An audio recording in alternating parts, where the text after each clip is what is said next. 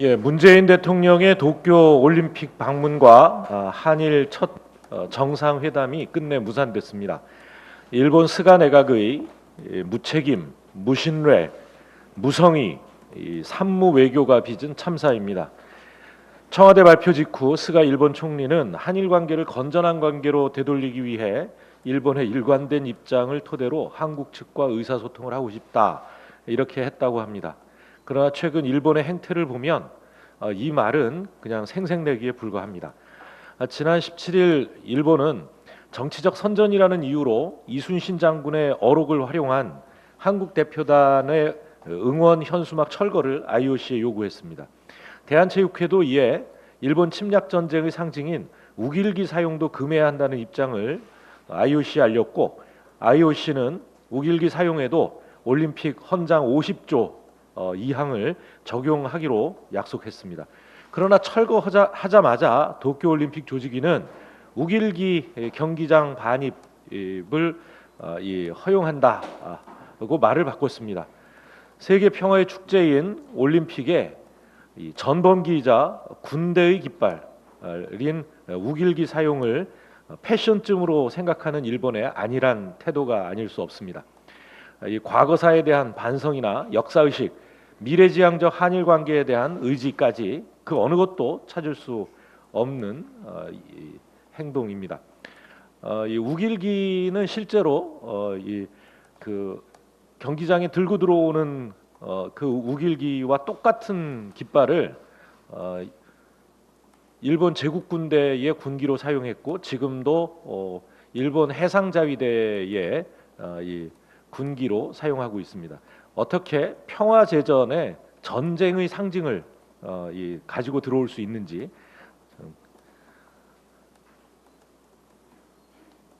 어안이 벙벙합니다. 이 국내 반대 여론에도 국익을 위해서라면 이 방일도 결단할 수 있다라고 문재인 대통령께서는 생각을 하셨습니다. 그만큼 한일 관계에 대한 개선 의지가 강했던 것입니다. 그러나 이에 대한 일본의 태도는 내내 무성의했습니다. 15분만 할애할 수 있다는 둥, 또 위안부 징용 판결, 징용 배상 판결 등 양국의 핵심 사안에 대해 진지하게 임하는 모습을 보여주지 않았습니다. 2012년 방위백서를 통해 17년째 이어온 독도 영유권 주장을 되풀이하고, 군함도와 관련해서는 문화유산위원회로부터 경고를 받은 것에 이어서 소마공사의 막말 사태까지 일본은 외교적 참사를 거듭하고 있습니다. 우리 당은 일본 정부와 스가 내각의 진정한 과거사 반성의 자세와 재발 방지 약속을 다시 한번 촉구합니다. 또한 우리 정부가 일본의 도발에 더욱 단호하게 대응할 것을 요구합니다. 오늘부터 이틀간 예결위 소위가 가동됩니다. 이번 주 본회의를 통과하면 역대 최대 규모의 코로나19 대응 재난지원 프로그램이 가동됩니다. 이번 추경은 국채 발행 없이 재원을 조달해 재정의 부담은 낮추면서도 코로나19 피해 지원 3종 패키지를 주축으로 백신과 방역 보강, 고용 및 민생 안정, 지역 경제 활성화에 기여할 수 있을 것입니다. 한마디로 재정 부작용은 적고 이 민생 회복의 효과는 빠른 특효 추경이 될 것입니다. 당정청은 어제 자영업자 소상공인의 피해 지원 단가를 역대 최고 수준으로 인상하기로 뜻을 모았습니다. 할 수 있는 한 가장 넓고 가장 두터운 피해 지원과 회복을 해 나가겠습니다. 수도권에서 최고 수준의 사회적 거리두기 4단계를 시행한 지 일주일이 지났습니다. 거리두기 효과가 통상 열흘 정도 시차를 두고 나타나기 때문에 이번 주가 대단히 중요하다 할 것입니다. 비수도권 지역에서도 방역에 고삐를 조이며 사회적 거리두기를 격상시키고 있습니다. 피서객이 몰리는 강릉은 거리두기 4단계를 시행키로 했다고 합니다. 강릉 상인들께서도 자발적으로 임시 휴업을 택하셨습니다. 감사한 마음과 안타깝고 송구스러운 마음이 교차합니다. 더 큰 확산세를 막기 위해 일주일간 잠시 멈춤 거듭 호소드립니다. 어제 저희도 이 대통령 후보 경선 본 경선 일정을 4주간 잠시 멈추기로 했습니다. 방역 수칙 준수에 저희도 예외가 아닙니다. 8월 7일에 예정됐던 지역별 순회 일정이 9월 4일에 재개되고 오는 10월 10일에 최종 후보를 결정하게 됩니다. 늦춰진 기간 동안 본 경선이 더 내실 있게 진행될 수 있도록 잘 준비해 나가겠습니다. 동시에 코로나 조기 극복을 위해 보다 무거운 책임감을 가지고 방역과 백신 지원에도 총력을 기울여 나가겠다는 약속을 드립니다. 한 가지 더 말씀드리겠습니다. 방역만 비상이 아니고 기후도 비상입니다. 이상기후가 전 세계를 덮쳤습니다. 북미 지역은 100년 만에 폭염을 앓고 있고 일본에 이어 서유럽에도 폭우와 홍수로 사망자가 200여 명에 육박하고 있다고 합니다. 우리나라도 전남 지역을 중심으로 집중호우로 인한 피해가 심각한 상황입니다. 평균 온도가 단 1도 상승한 지구에서 벌어진 일입니다. 기후변화 정부 간 협의체인 IPCC에 따르면 평균 온도가 1.5도씨 이상 상승하면 재앙이 일어날 것이다 예고하고 있습니다. 해외 주요국은 저탄소 경제, 저탄소 사회로의 이행을 서두르고 있는데 EU는 지난달 기후 기본법을 제정한 데 이어 이번에는 탄소 배출량이 많은 수입 제품에 탄소 국경세를 부과하는 Fit for 55를 발표했습니다. 인류의 생존을 위해 탄소 중립과 녹색 성장은 선택이 아닌 필수입니다. 국회부터 서둘러 대응 채비를 갖추겠습니다. 오늘 오전 환노위 환경법안 소위에서 탄소 중립 기본법 등 기후위기 대응 법안에 관한 입법 공청회가 열립니다. 녹색 경제로의 전환을 이끌 생산적 방안이 도출되길 기대하면서 그린 뉴딜 법안이 조속히 통과될 수 있도록 힘쓰겠습니다. 당 차원에서 발족할 탄소중립위원회에서도 효과적인 대응책을 강구하겠습니다. 손실 보상에 대한 추경 증액 추진 방안에 대해서 협의를 하였습니다. 한 줄로 요약해 드리자면 달라진 코로나19 상황에 맞춰 피해 회복을 위한 신속하고 폭넓은 두터운 지원을 할 것입니다. 확진자 수만큼 유의미한 것이 감염 재생산 지수인데 이 감염 재생산 지수가 1.24 전주 대비 1.32로 높은 증가를 보이고 있습니다. 달라진 코로나 확진 상황에 따라 추경의 내용도 심사의 방향으로 유연하게 바뀌어야 할 것입니다. 당정에서 희망 회복 자금은 지원 대상을 확대하여 8월 17일부터 신속하게 지원하고 지원 단가도 그 어느 때보다 높은 수준으로 인상하기로 협의하였습니다. 손실보상 추경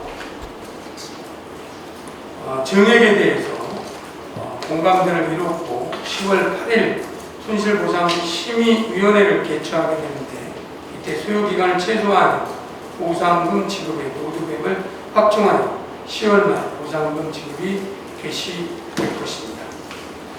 또한 땡볕 아래 방호복을 입고 하루 종일 검사에 임하시는 의료진의 고충에 진심으로 감사드립니다. 현재 백신 방역 보강의 명목으로 4.4조 원의 추경 예산이 책정되었지만 가파르게 상승 중인 확진 추세에 맞춰 전향적인 조정이 필요하다고 생각합니다. 지난주 산자위에서는 여야 합의로 대폭적인 증액에 합의를 하였습니다.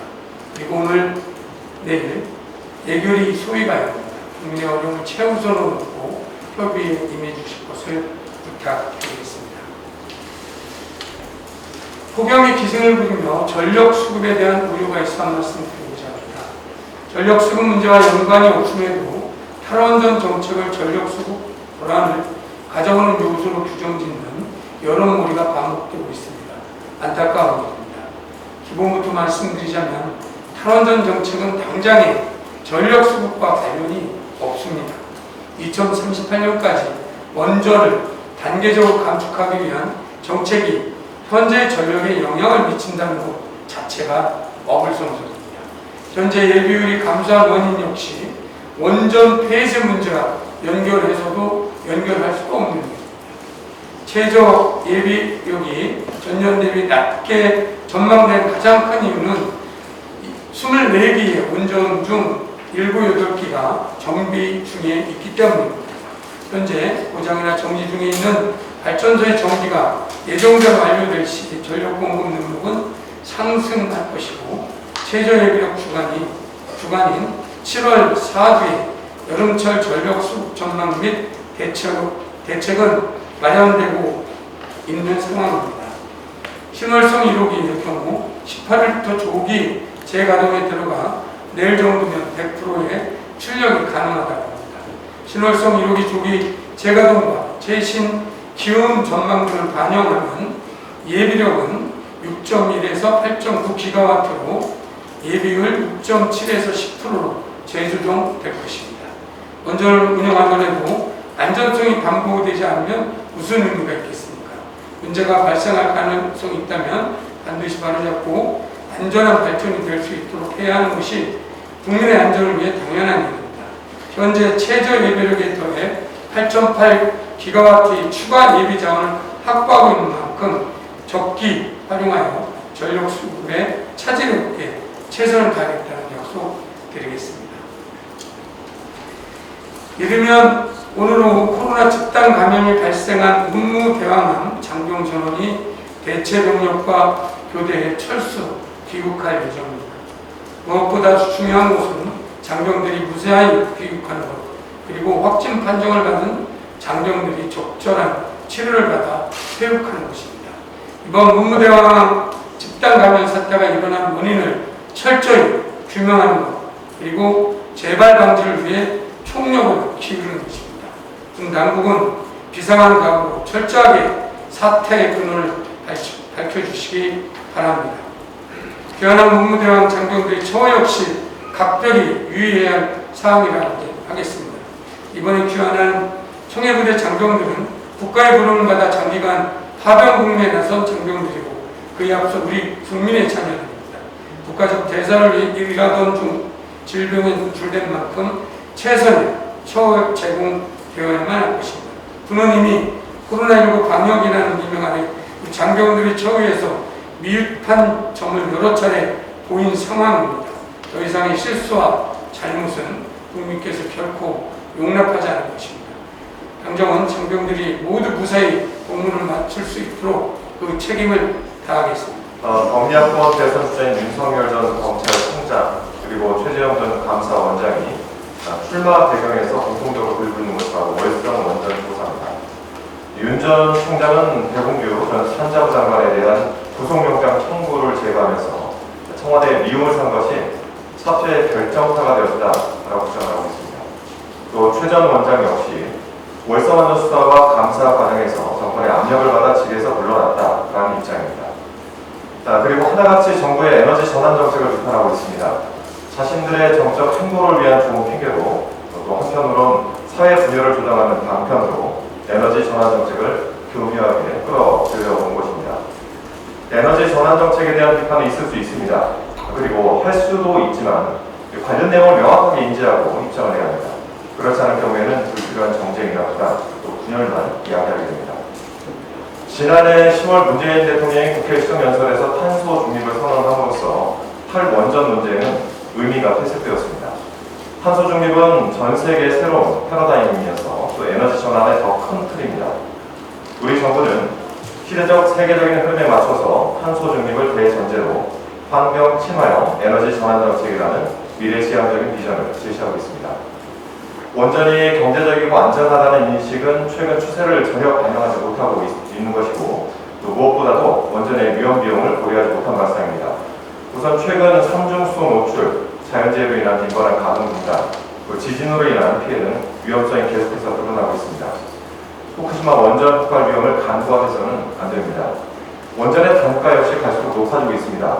과거 원전에 1kWh 당 단가가 30원이었습니다. 하지만 수입 비용을 포함해서 약 70원까지 상승했습니다. 후쿠시마 사고 이후에는 안전 규제 강화로 원가가 지속적으로 상승해서 가장 비싼 발전원으로 평가받고 있습니다. 반면 원전의 단가가 30원일 당시 태양광은 1,300원이었지만 지금은 태양광 단가가 100원대까지 진입을 했습니다. 미국의 제미니 프로젝트에서 태양광 발전을 통해서 생산된 전력의 판매 단가는 2020년 기준으로 1kW시당 46원에 해당됩니다. 그런데 이러한 팩트는 범야권 대선 주자들의 탈원전 주장에 가려져서 자칫하면 국민의 오해를 불러일으킬 수 있습니다. 오죽하면 대선 전국에서 불붙는 탈원전 논쟁이 정책 기조를 흔드는 것 아니냐, 이런 우려의 목소리가 나오고 있습니다. 허구의 주장은 과감하게 반박해야 합니다. 범야권 대선 주자들의 입에 이목이 쏠려 있긴 하지만 정부의 정책을 반대하는 것 말고는 명시적인 근거나 비전을 제시하는 바 없는 상황입니다. 이에 당 브리핑을 통해서 대응을 하고 있지만 보다 적극적으로 당과 국회 차원에서 대응 체계를 마련할 필요가 있습니다. 정례적인 회의체나 TF 구성을 어찌됐든 제안을 하는 바입니다. 서울대 청소 노동자께서 사망한 지 다음 주가 되면 한 달이 다 되어갑니다. 그런데 아직도 명확히 밝혀진 것은 없고 오히려 의혹만 쌓이고 있습니다. 서울대 측은 청소 노동자에게 영어와 한자 시험을 치게 한 것이 중간관리자의 개인 일탈이라고 주장을 했습니다. 그런데 해당 시험이 기숙사 반장을 포함한 윗선에 보고되었음을 보여주는 회의록, 언론을 통해 공개된 바 있습니다. 이들은 시험으로 청소 노동자의 결속력 증진을 도모했다고 평가했습니다. 중간관리자는 시험을 근무 성적 평점에 반영하겠다고 공지했습니다. 서울대의 노동자에 대한 인식이 어떤지 확연히 보여주는 사례들입니다. 노동자를 대하는 서울대의 차별적인 인식과 고용 구조는 오랫동안 계속된 고질적인 문제입니다. 이 같은 문제는 작년 국감이고 재작년 국감에도 수차례 지적되어 왔습니다. 그런데도 바뀐 것은 거의 없습니다. 서울대학교는 총장이 직접 임명하는 법인 직원과 서울대학교 소속 기관 등에서 자율적으로 임명하는 자체 직원이 있습니다. 이 자체 직원은 사실상 이 법인 직원과 자체 직원은 사실상 정규직과 비정규직의 차이가 다르지 않습니다. 이번에 돌아가신 청소 노동자께서도 기숙사 소속 자체 직원입니다. 이 같은 비정상적인 고용 구조 때문에 서울대의 부작용은 계속되고 있습니다. 서울대학교 법인 직원은 올해 예상 기준으로 1,032명입니다. 그런데 자체 직원 숫자는 제대로 파악조차 못하고 있습니다. 대략 약 2,000여 명이 근무하는 정도로만 파악하고 있을 뿐입니다. 사실상 전체 3,000여 명의 직원 중에서 3분의 2 가까이 되는 자체 직원들은 서울대의 공식 통계에도 존재하지 않는 유령 직원이나 다를 바 없습니다. 교육부가 서울대에 지원하는 한 해 5,123억 원의 예산 중에서 인건비 예산은 오로지 법인 직원만 받을 수 있습니다. 자체 직원은 인건비 예산을 단 한 푼도 받을 수 없습니다. 그저 소속기관에 지원하는 사업비와 운영비 예산 중에서 일부를 임금으로 받는 사실상 소모품과 다름없는 취급을 받고 있습니다. 이제는 바뀌어야 합니다. 작년 국정감사 때도 오세정 총장이 개선 방안을 마련하겠다고 말했습니다. 이제는 그 약속을 지켜야 할 때가 왔습니다.